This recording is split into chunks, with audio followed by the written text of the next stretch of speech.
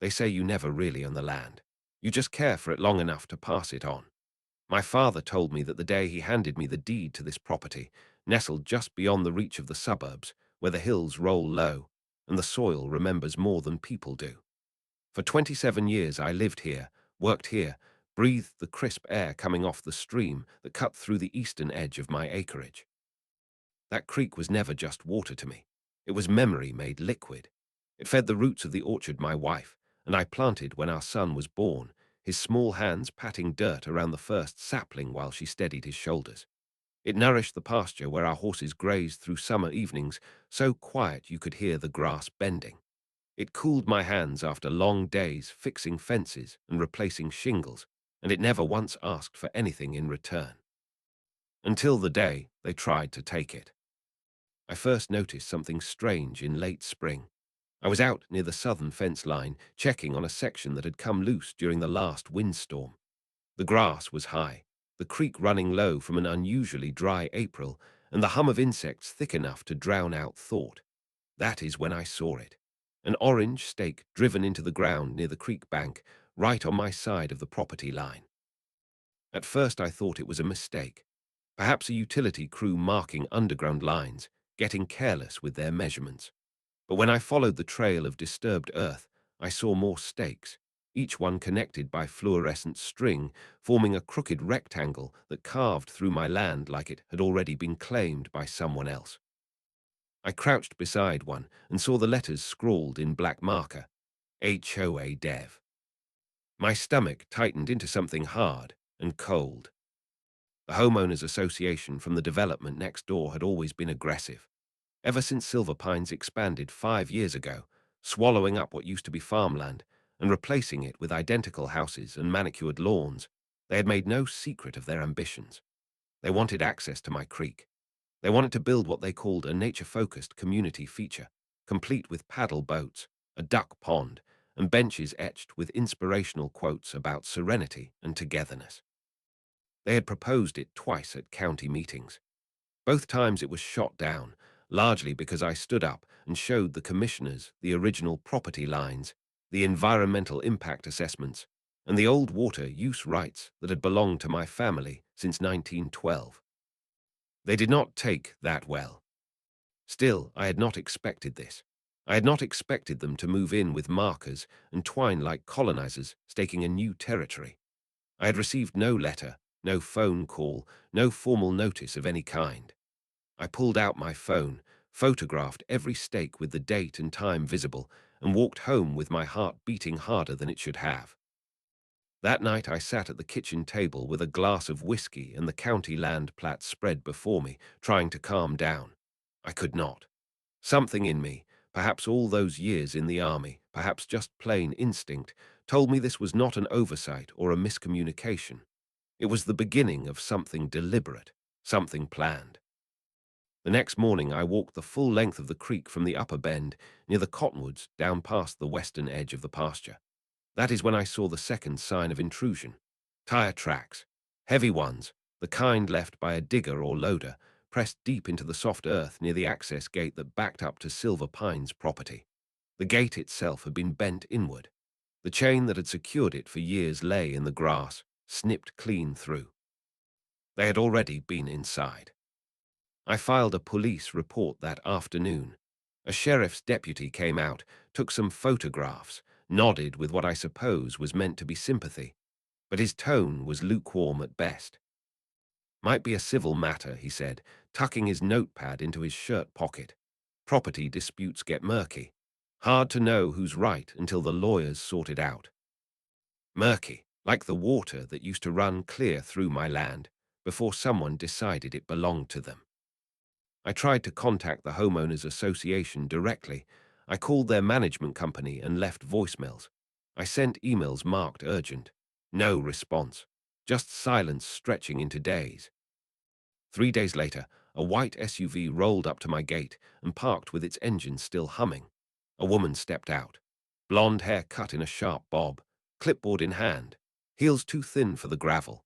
Karen Whitlow, HOA president, local real estate broker, and self-proclaimed community visionary. I had seen her at those county meetings, smiling through her defeats like they were temporary inconveniences. She did not greet me. She just looked over her sunglasses and said, "You should have known this was coming." I asked her what she meant. She smiled in a way that reminded me of a cat watching a bird through glass. The community board approved Phase 3 development last quarter. We need water features to increase property value. The land behind your orchard is under review for annexation. I laughed, not because it was funny, but because the audacity of it bordered on insanity. That is not how any of this works, I told her. She raised one penciled brow. You would be surprised what a motivated community can accomplish. That night I did not sleep. I stayed up cross-referencing county zoning maps, permit applications, utility surveys, anything I could access online or pull from my own files. The more I looked, the more it became clear they were trying to sneak something through the system. They were probably hoping I would not notice until it was too late, until their infrastructure was already in the ground, and their lawyers could argue that removing it would cause more harm than letting it stand. But I noticed, and I was not about to back down. 2 days later, the bulldozers came. There were 3 of them, plus a backhoe and several workers in reflective vests, moving with the confidence of men who believed they were exactly where they were supposed to be. They started clearing brush near the creek, pushing back years of wild growth and breaking ground along the embankment. The sound of diesel engines and cracking branches carried across my pasture like a declaration. I came out with my shotgun in hand, not loaded, but they did not need to know that. I demanded they leave immediately. They did, temporarily. The foreman, a sun-weathered man who would not meet my eyes, left me with a printed memo. Authorization granted by Silver Pines HOA for community infrastructure improvements pursuant to recreational zoning Article 7B. I stared at those words until my vision blurred. None of it was legal. None of it was real. Article 7B governed internal HOA property improvements, not construction on private land owned by someone outside their jurisdiction. But the machines had still torn through my property. My creek now had a new scar along its bank. I stood there until sunset, alone with the broken branches and the crushed grass, listening to the trickle of water as it slipped past the fresh wound in its path. They had not just trespassed. They had declared their intentions, and those intentions looked a lot like war. The next morning I was up before the sun, not to check on the animals or repair the damaged gate, though both needed attention, but to wait. I set a chair at the edge of my gravel drive, cradled a thermos of black coffee in my hands, and sat facing the eastern ridge where Silver Pines land sloped down toward mine. My breath clouded the cold air. I watched. I listened. Just after 7 in the morning, they came again. A white pickup with magnetic decals reading Silver Pines Maintenance. An SUV with tinted windows. A third vehicle I did not recognize, pulling a trailer loaded with surveying equipment and PVC markers. This time they did not even slow down. The lead driver tapped his horn in a casual greeting as he rolled past me, through the access gate they had already violated, down toward the creek bed. The gate still hung open. I had not replaced the chain. Some part of me wanted to see exactly how far they would push. Now I knew. I followed them down the hill on foot, my boots heavy in the soft morning mud. They were already unloading gear, staking new lines deeper into my property, measuring distances with laser rangefinders. Not one of them acknowledged me until I stepped directly between 2 workers and pulled their plastic flags from the soil.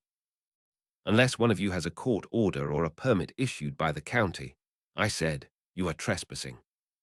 A younger worker, barely 30, glanced up nervously.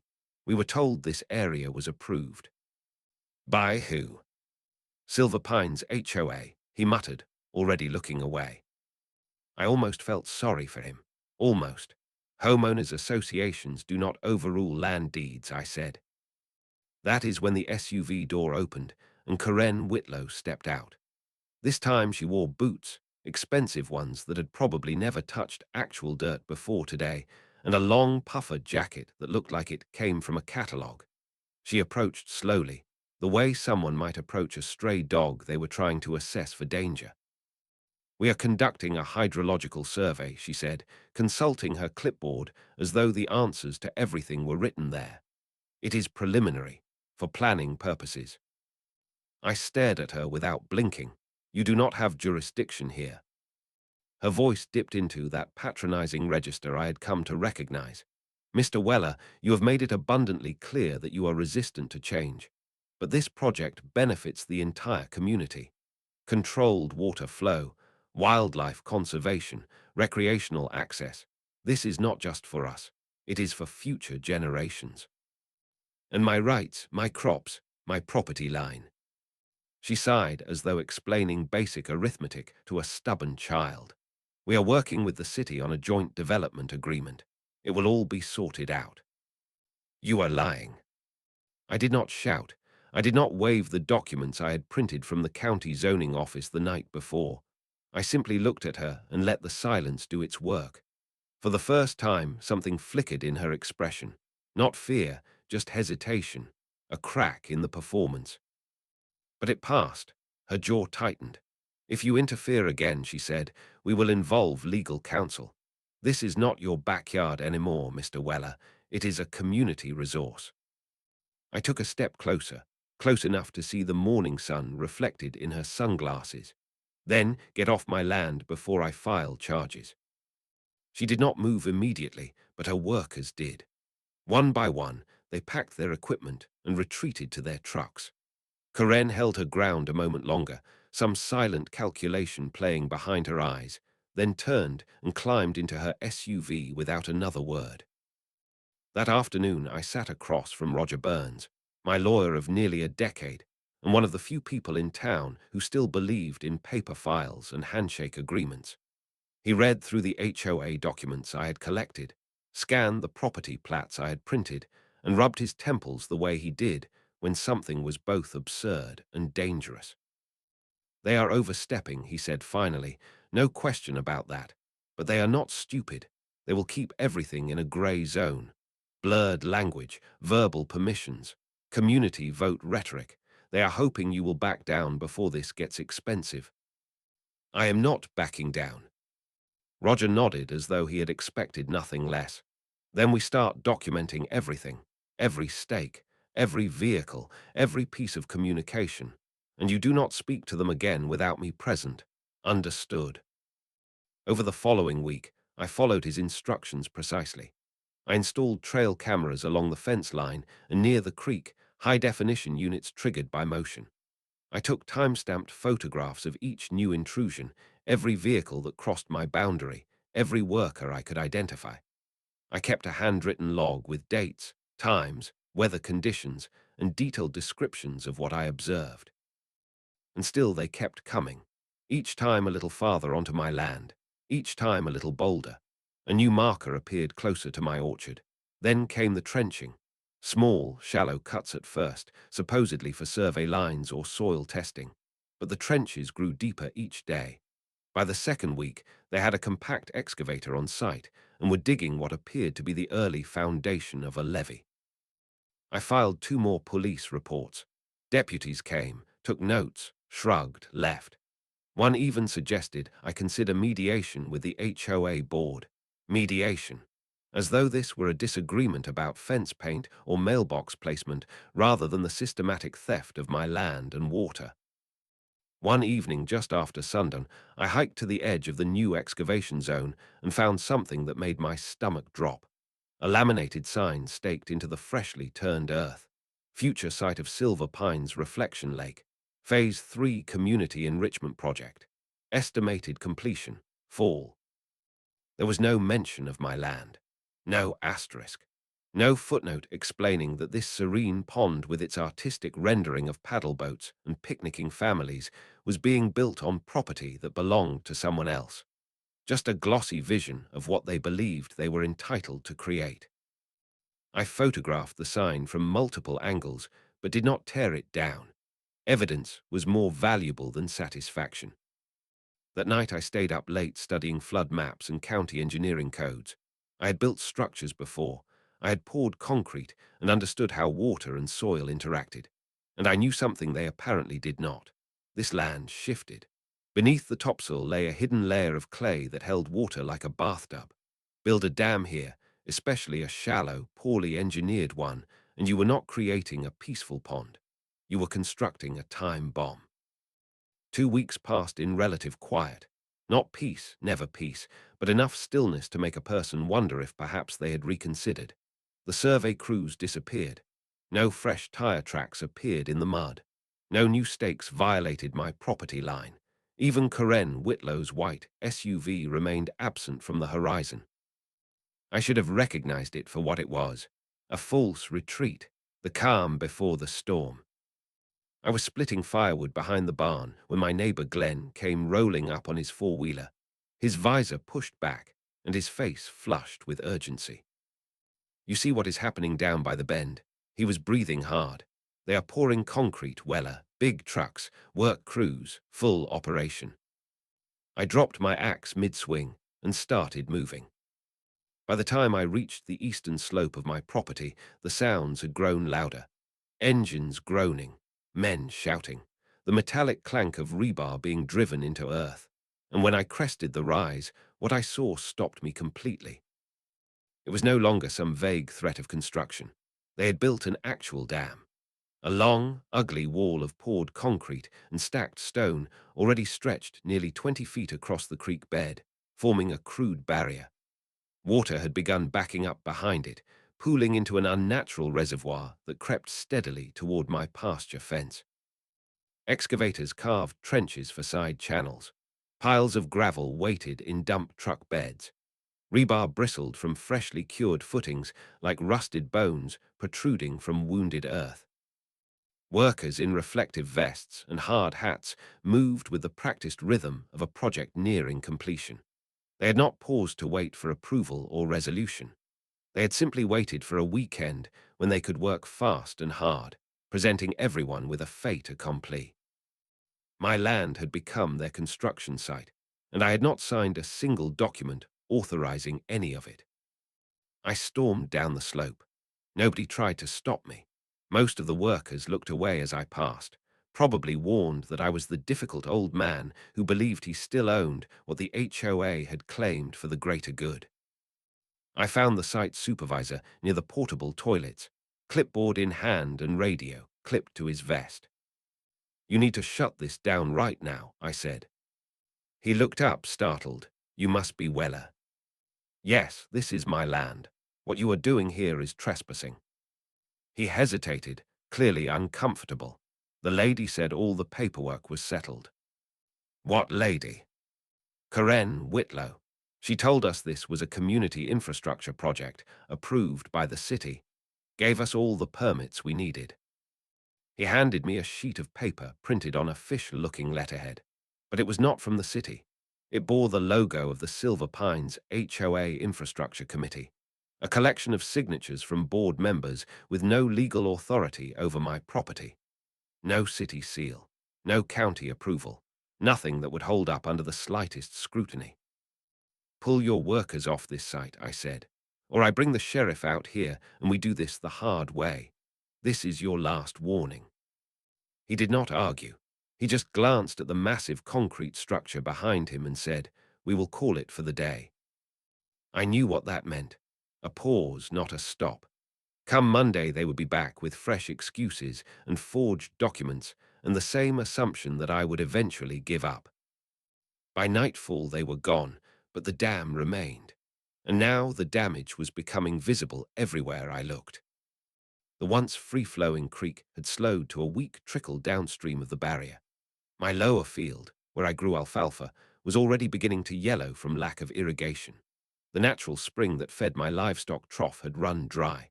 Meanwhile, water was backing up fast behind the dam, soaking into ground that had never known such saturation. Trees near the embankment leaned at unnatural angles. The earth had begun to sag in places where it should have held firm. That evening I sat on my porch with the oldest survey maps I owned, including one drawn by my grandfather's hand in 1947. It showed the original water line, the natural flood plain, and a shaded warning notation in faded pencil. Unstable sediment zone. No build. They had not just violated my property rights. They were gambling with forces they did not understand. I called Roger that night without waiting for business hours. When I told him what I had seen, his voice lost all trace of sleepiness within seconds. "Send me everything you have," he said.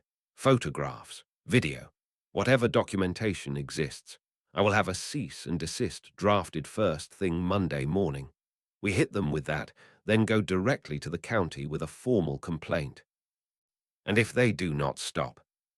There was a pause on the line. "Then we sue for everything." The next morning I drove to the county building carrying a binder thick with evidence.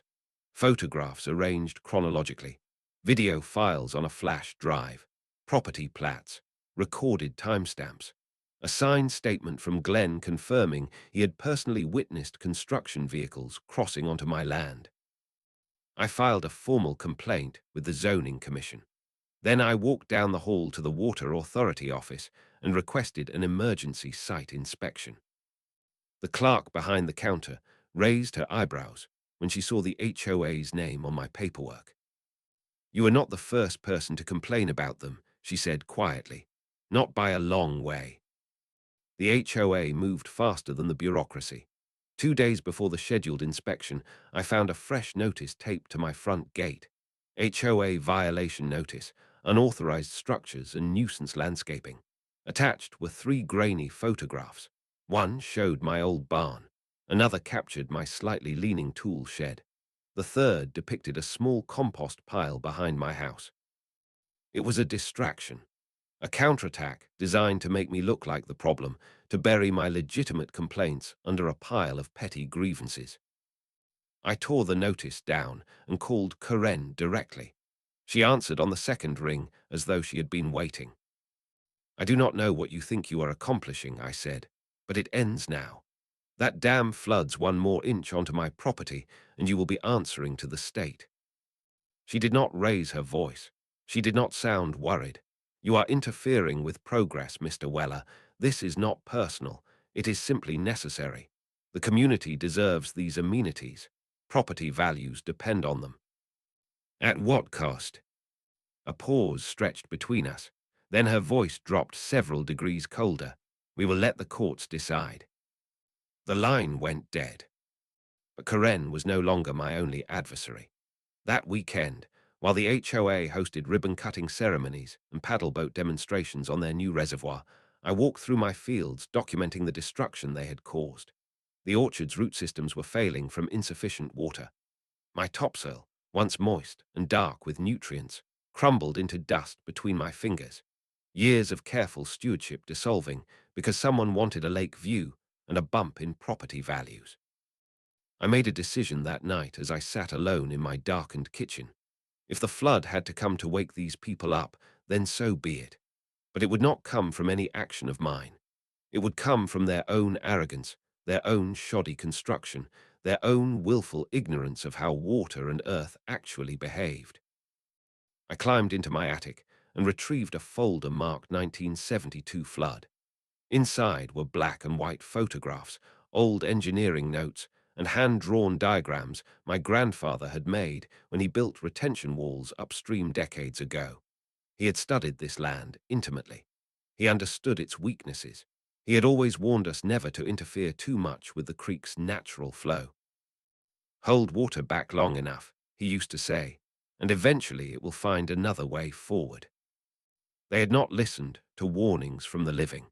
Perhaps they would hear what the land itself had to say. The first official letter from the HOA's attorneys arrived folded in half and taped to my mailbox. No envelope, no postage, just professional letterhead with a list of alleged violations. They gave me 30 days to address visual blight caused by my tool shed, remove unapproved vegetation along my fence line, and clear what they termed an obstruction to community access. This obstruction was apparently a fallen tree limb from the last storm, resting near the boundary line on land that was unquestionably mine. The second letter came 3 days later, this one in a certified envelope from a law firm with an aggressively forgettable name. Inside was a cease and desist accusing me of harassing contractors, interfering with public utility work, and obstructing community infrastructure development. They were not just testing my boundaries anymore. They were trying to build a paper fortress around their illegal construction. Roger reviewed both documents with his characteristic dry assessment.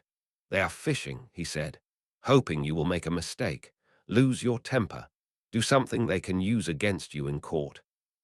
"They have already built a dam on my land," I replied through clenched teeth. "What else do they need?" He pointed to the final paragraph of their letter, which threatened to seek a restraining order if I continued entering what they called active work zones, my own property, reclassified as their territory through nothing but bold assertion. "They are trying to box you out of your own land," Roger said. "Create a situation where you cannot even observe what they are doing." I leaned back, pulse pounding behind my eyes. "They can try." So we filed a counterclaim: trespassing, environmental damage, unauthorized land use, willful violation of registered water rights. Roger attached two notarized statements, one from Glenn and another from a retired county surveyor who confirmed the dam's placement well inside my property boundaries. Then we waited, but the HOA did not. More violation notices arrived. One accused me of hosting unauthorized gatherings because Glenn had parked his ATV near my gate during a visit. Another cited structural hazards in my barn, apparently triggered by my audacity in repairing my own roof without submitting blueprints for their approval. Then came the knock on my door. It was just after 6 in the evening. The sun had sunk low, painting the sky in bruised shades of orange and purple. I opened the door expecting perhaps a delivery driver or Roger with news. Instead, I found two men in matching navy polo shirts embroidered with the Silver Pines HOA logo. Not sheriff's deputies, not city officials, just self-appointed enforcers with clipboards and practiced smiles. "Good evening, Mr. Weller," one of them said. "We are here to document code violations for the board. This will only take a few minutes." I did not open the screen door. "You are trespassing." His smile did not waver. "According to the HOA's Community Expansion Ordinance, we are entitled to inspect adjacent shared-use boundaries. There is no such thing as a Community Expansion Ordinance that applies to my private property." He produced a laminated sheet with evident satisfaction. Section 12.4c allows visual confirmation of compliance on properties abutting development zones. I felt a cold anger settle into my bones. "That development zone," I said, gesturing toward where the dam stood in gathering darkness, "is under active legal dispute, and this property has never been and will never be governed by your association." His smile finally cracked, just slightly. "You can refuse, of course, but we will be forced to note your non-cooperation in our records. Note whatever you want. Set foot past that gate, and I will have the sheriff here within minutes." They did not push further. They simply took exaggerated photographs of my fence and my truck from the road, then walked back to their car as though they had accomplished something meaningful. That night, I installed motion sensor lights around the perimeter of my property, and for the first time in years, I slept with a loaded shotgun beside my bed. Not for coyotes, for the people who had decided that intimidation was a legitimate form of governance. The State Water Board investigator arrived the following morning. She introduced herself as Denise Yarrow, showed her credentials, and stood for a long moment surveying the dam with her arms crossed and her expression unreadable. "This should not be here," she said finally, "and it definitely should not look like that." She pointed out several concerning features: unreinforced joints where the concrete sections met, uneven curing that had left visible stress patterns, hairline fractures already forming along the southern base where the structure met unstable ground.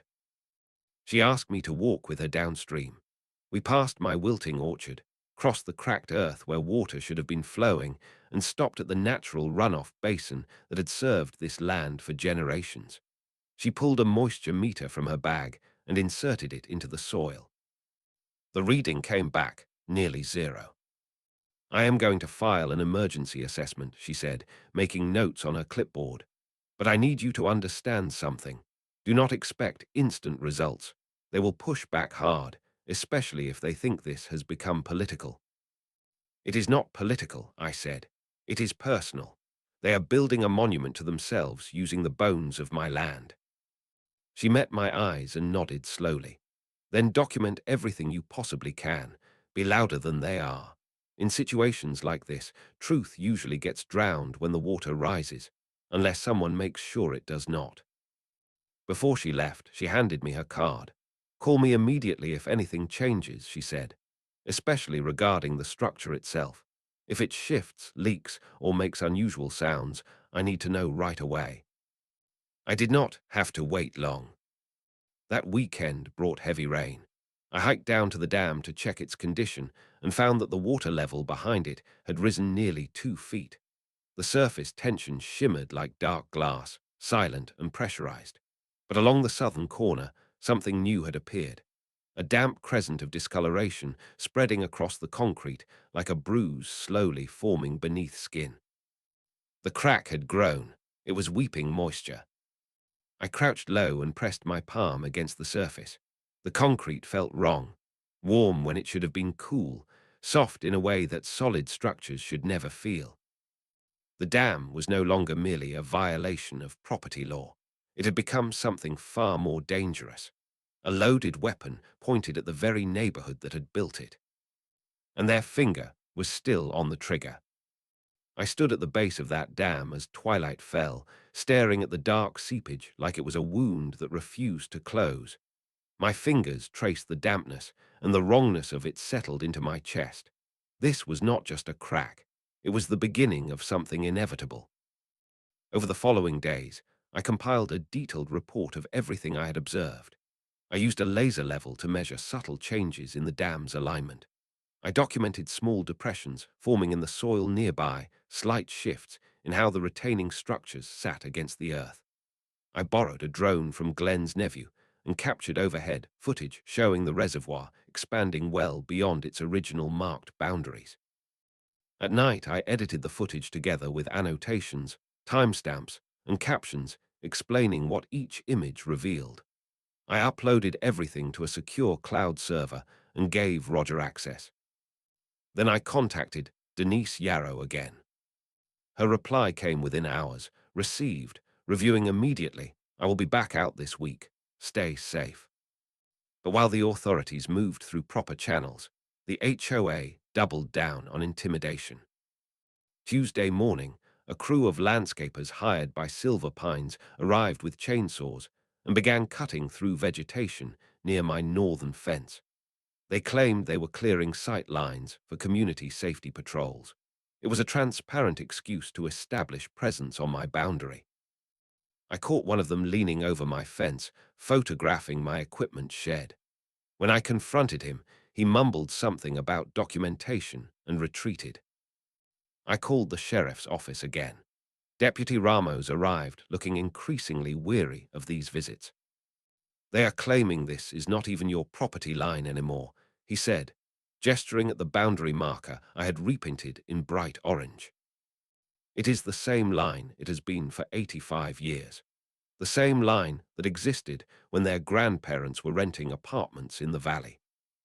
He sighed and made notes, then glanced at me before returning to his cruiser. Off the record, he said quietly, I have heard that Whitlow has connections on the zoning board. Word is she is trying to push through a retroactive boundary adjustment, some kind of legal maneuver to redraw the historical property lines. I stared at him. They are not just moving lines on paper, they are burying a bomb. He did not respond. He just climbed into his vehicle and drove away. That night, I returned to the dam after midnight, flashlight cutting through the darkness, walking its edge like a sentry on guard duty.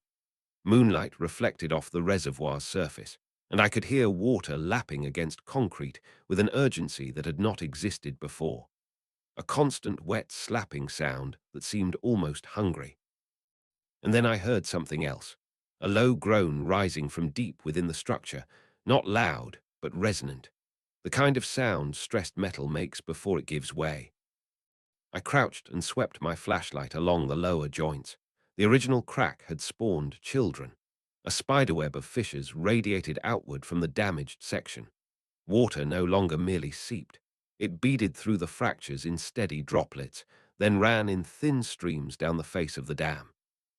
Not quite a leak yet, but close, too close. The next morning I called the local television station. They brushed me off initially until I sent the drone footage. 2 hours later, I had a voicemail from a reporter named Shelby Brantley with Channel 6 Investigative. She wanted to see the site in person. By that afternoon, she was walking the dam's perimeter beside me, camera in hand, her expression growing more troubled with each passing minute.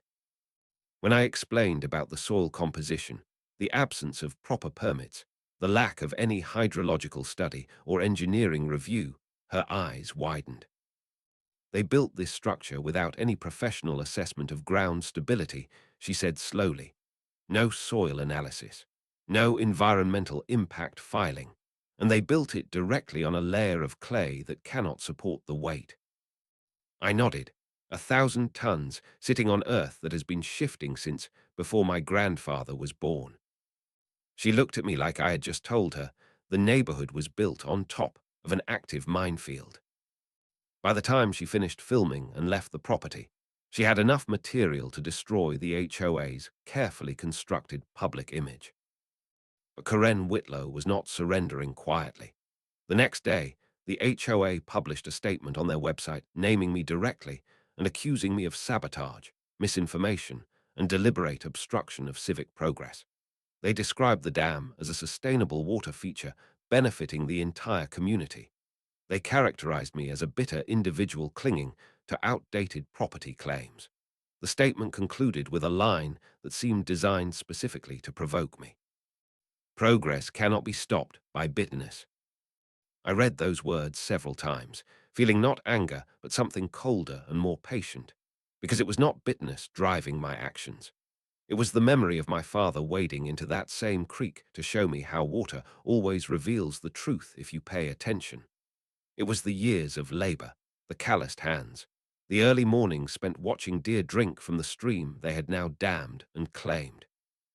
It was justice for the land, for the law, for everyone who believed that progress did not require trampling everything that came before. Shelby's segment aired on Friday evening, and the footage spread faster than I had anticipated. The drone shots, the close-up images of cracking concrete, the timeline of ignored warnings and dismissed concerns. She had even included an excerpt from her interview with Denise Yarrow, who stated carefully but clearly that in her professional assessment, the dam showed signs of potential structural failure if current saturation levels continued. It was the first time someone other than me had said it publicly. The dam could collapse. The neighborhood was no longer able to pretend nothing was wrong. I received calls from 3 other landowners along the creek asking if I thought their properties were at risk. HOA members began appearing at board meetings demanding accountability. Glenn reported that Karen had not been seen outside her house in 2 days. And the weather forecast for the coming weekend showed heavy storms approaching. The rain began that Saturday just after noon. Light at first, a gentle pattering on the porch roof that might have been soothing under different circumstances. I was securing a tarp over the tractor when the first serious wind arrived. Not powerful yet, but persistent, pulling at loose edges and making the trees sway. The forecast had predicted 1 to 2 inches of rainfall. The forecast was wrong. By 4 in the afternoon, water was coming down in sheets.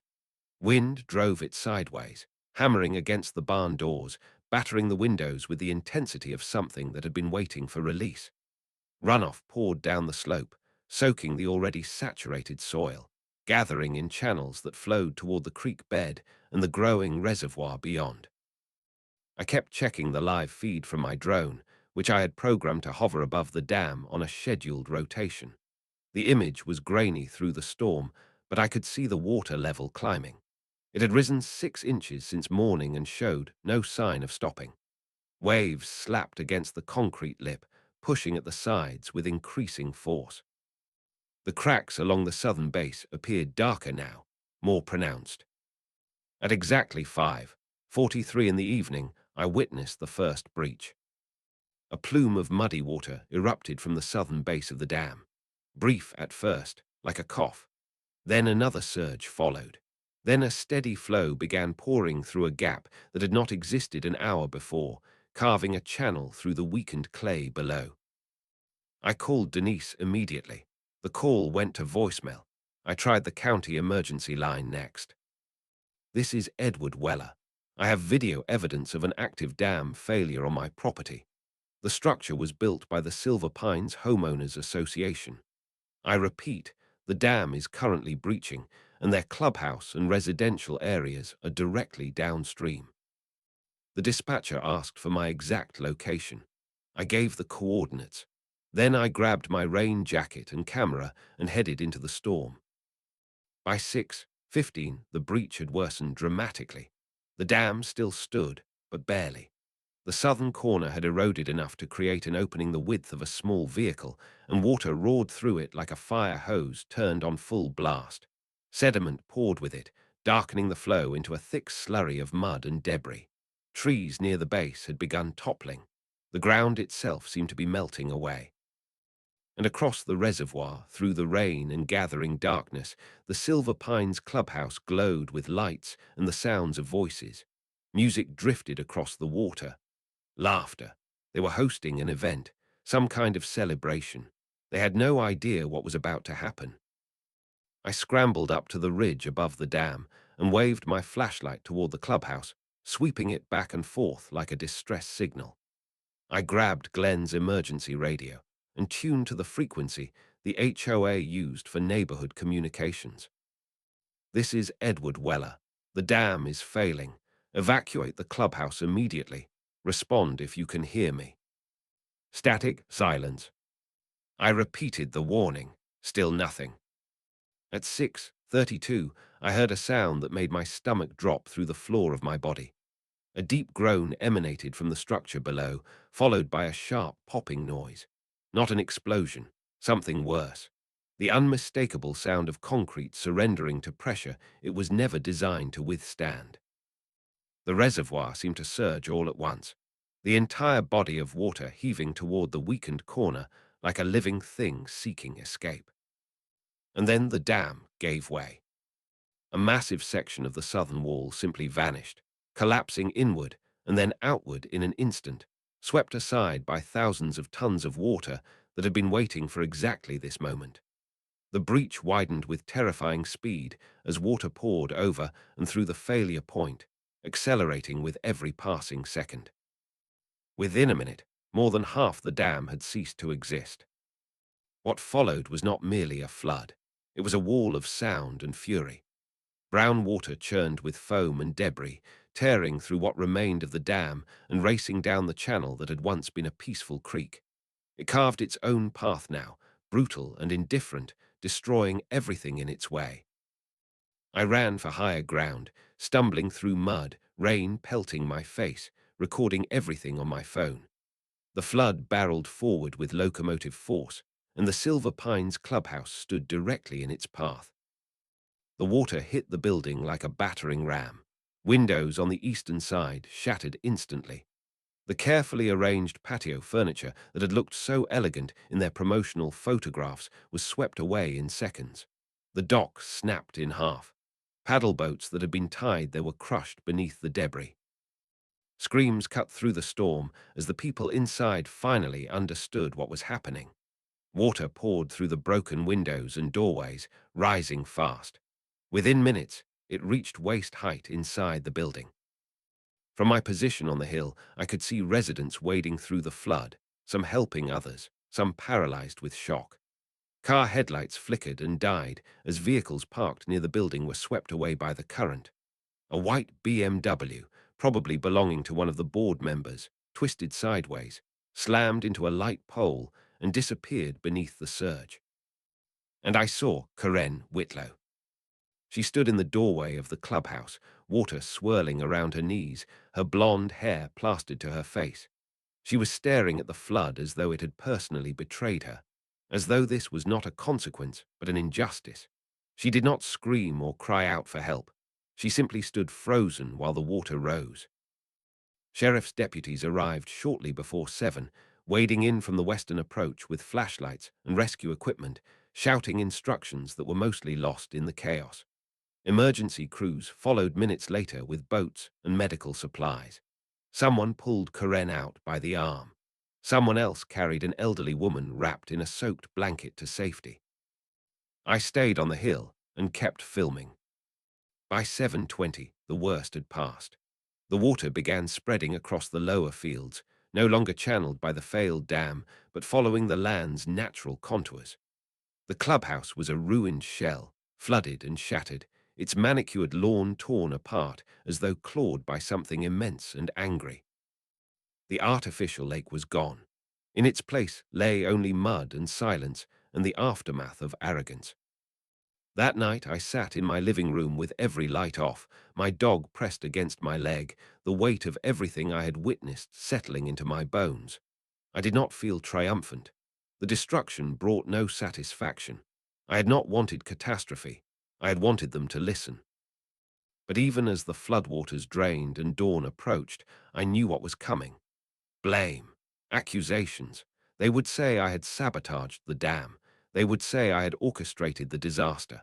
They would say anything to avoid admitting they had caused it themselves. I had the footage, I had the documents, I had the timeline. And this time, the entire community had witnessed what happens when power ignores every warning and nature finally responds. By sunrise, the water had receded enough to reveal the full scope of the destruction. The clubhouse that had been Silver Pine's crown jewel was now unrecognizable, its white siding streaked with mud, its elegant glass doors gaping open like wounds. Folding chairs and debris bobbed in the shallow pools that still covered the lower level. The carefully designed landscaping had been reduced to scattered islands of mulch. The paddle boats were gone. One of them, I learned later, had drifted nearly half a mile downstream and become wedged in the branches of a cottonwood tree. I arrived at the site just after 7 in the morning, my boots caked with clay from walking the back trail that Glenn and I had cleared years earlier. A sheriff's cruiser blocked the main road, but I knew this land better than any map could show. As I crested the ridge overlooking what remained of the clubhouse, I saw them. Karen Whitlow and 3 other HOA board members, along with a handful of residents and 2 men in suits I did not recognize. They stood in a muddy semicircle around the collapsed remains of the dock, speaking in low, urgent voices. Karen noticed me first. Despite the mud covering her clothing, she had somehow found time to pin her hair back and button her blazer. But her eyes were different now. The smugness I had grown so accustomed to seeing had vanished completely. In its place was something that looked almost like disbelief, the expression of someone whose reality had just split apart. "You did this," she said, not shouted, not screamed, just stated as though reciting a line she had practiced through the long night. "No," I replied, matching her calm. "You did this. You ignored the warnings. You built illegally on unstable ground. You flooded my land and diverted my water, and now it came back to you." She stepped forward, her expensive boots sucking at the mud. "You have been sabotaging us from the beginning. You tampered with the structure. You made it fail." One of the suited men raised his hand. "Let us not make accusations without evidence." I held up the drone controller and pressed a sequence of buttons. The small screen lit up with footage from the previous night. The crack widening, the breach beginning, the wall collapsing. Each frame was timestamped and geolocated. I scrolled to older footage. The inspection with Denise Yarrow from weeks earlier, the seepage she had documented, the hairline fractures she had flagged in her preliminary report. The man closest to Karen leaned in to examine the screen. His face went pale as he watched. "You knew about this?" he asked, turning to Karen. His voice was barely above a whisper. She did not answer. I pulled out the physical folder that Roger and I had assembled over months of documentation. Maps, permits, or rather the absence of them, historical plats showing my property boundaries, water rights dating back nearly a century. copies of every email I had sent warning them of exactly this outcome. I handed the stack to the second man, who I later learned was a senior engineer from the county's public works department. By the time he was halfway through the documents, his lips had pressed into a thin line. "We will be launching a formal inquiry," he said, "effective immediately. This site is now under county control. No one is to tamper with anything." Karen bristled, controlled by who? He looked at her with something between pity and contempt. "Not you, not anymore." News crews arrived by mid-morning. Shelby Brantley from Channel 6 was first on the scene, stepping out of a mud-splattered SUV with her camera already rolling. "You warned them," she said to me, shaking her head slowly. "I have covered suburban development for 8 years, and I have never seen public infrastructure fail this catastrophically. Never." She filmed everything: the wreckage, the damaged homes on the flood plain, the HOA notice board near the front entrance, still standing but soaked, its messages running like wet ink down the surface. By noon, the story had appeared on local news websites. By evening, it was being picked up by national affiliates. The headlines varied, but the theme was consistent: unpermitted HOA dam fails, floods luxury neighborhood. Public sympathy did not land where Karen had hoped. Residents were furious, and their anger was not directed at me. They were outraged at the secrecy, the lies, the dismissal of every warning. Within 48 hours, a petition was circulating online demanding the immediate resignation of the entire HOA board. 3 members stepped down before the week was out. Karen held a press conference 2 days later in front of the Silver Pines entrance sign. She tried to frame the disaster as an unprecedented weather event, compounded by what she called interference from hostile parties. She spoke of healing and renewal and the community's bright future. Almost no one was listening. The crowd that had gathered was small, and most of them were there to protest rather than support. By then, the real documents had become public. Denise Yarrow's preliminary report had been released to state environmental authorities. It confirmed what I had been saying for months. The dam had been constructed on untested clay without any formal hydrological survey, any proper engineering review, any valid permits, and in direct violation of at least 2 county land use codes and 1 state environmental protection statute. Roger and I filed our civil lawsuit on the 4th day after the flood. It named Karen Whitlow and 5 other board members personally, citing trespassing, property destruction, agricultural losses, violation of registered water rights, and emotional distress. We attached the drone footage, Shelby's broadcast segments, Denise's official statements, and testimony from the construction foreman, who had gone on record saying he had raised concerns about the foundation's stability before the first concrete was ever poured. After the lawsuit was filed, Karen went silent. No more interviews, no more public appearances. Rumor spread that she had left town for an extended vacation in Florida, though whether she was seeking rest or simply running from consequences remained unclear. The neighborhood's governing board dissolved 2 weeks later. The county appointed a temporary administrator to manage essential services until proper elections could be organized. One of the residents, a retired judge named Dana, called me personally to apologize for ever having doubted my warnings. "This was never just about an HOA overstepping its bounds," she said. "It was about what people do when they believe no one is watching them, when they convince themselves that power makes them untouchable." I told her I had been watching since the first orange stake appeared on my land. I had never stopped. The cleanup and legal proceedings stretched through the summer and into fall. The clubhouse was officially condemned and scheduled for demolition. Insurance companies that had once proudly covered Silver Pines now refused to pay claims, citing unauthorized construction and negligent land management. The HOA's reserve funds were drained by legal settlements. Property values throughout the development dropped precipitously. Families began putting their homes on the market and moving elsewhere. As for my land, it healed at its own pace. The creek eventually returned to its original path, carving through soil that had been displaced and disrupted. The remnants of the dam, reduced now to scattered chunks of concrete and twisted rebar, were finally hauled away by a county work crew. I planted wildflowers along the edge of what had briefly been an artificial reservoir. Within weeks, butterflies arrived, then songbirds. Then deer began visiting again, cautious at first, then more confident as they recognized that the land was theirs once more. The silence returned too, not the tense, watchful silence of conflict, but something deeper and more earned. The quiet that comes when a battle is over and healing has begun. Glenn came by one afternoon with beer and dried venison.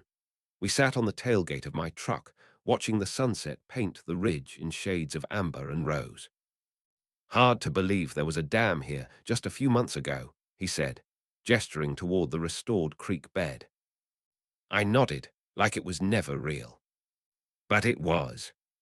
He sipped his beer and glanced at me. "You ever think you would win?" "No," I admitted. "I just knew I could not let them take what was not theirs to take." He clinked his bottle against mine. "Here is to the man who did not let it slide." In early November, a package arrived from the state capitol. Inside was a formal declaration from the Department of Environmental Quality. The document officially recognized the restoration of the waterway and the natural rehabilitation of the flood plain. It also included a certificate naming the original Weller Creek channel as a protected heritage watershed. My grandfather's name appeared on that certificate as one of the original registrants of the water rights. Mine was there too. I framed the document and hung it in the barn, not for pride, but for memory, a reminder of what this land had endured and what it took to protect it.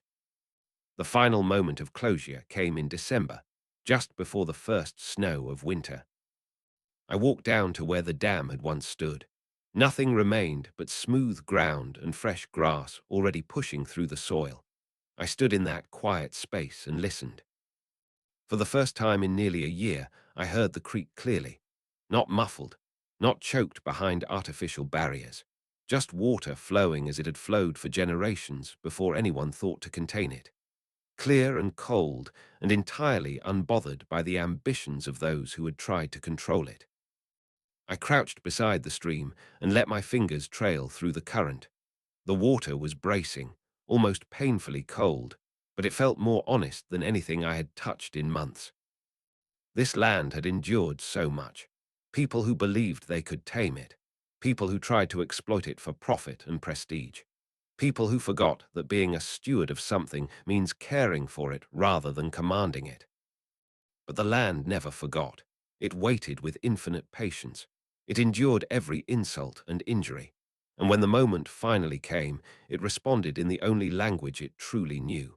Flood and fracture, collapse and consequence, not out of malice or revenge, but out of balance. The natural order reasserting itself against those who had tried to bend it. I had listened when it warned me. I had documented what I witnessed. And ultimately, I had stood firm when easier paths would have led me away.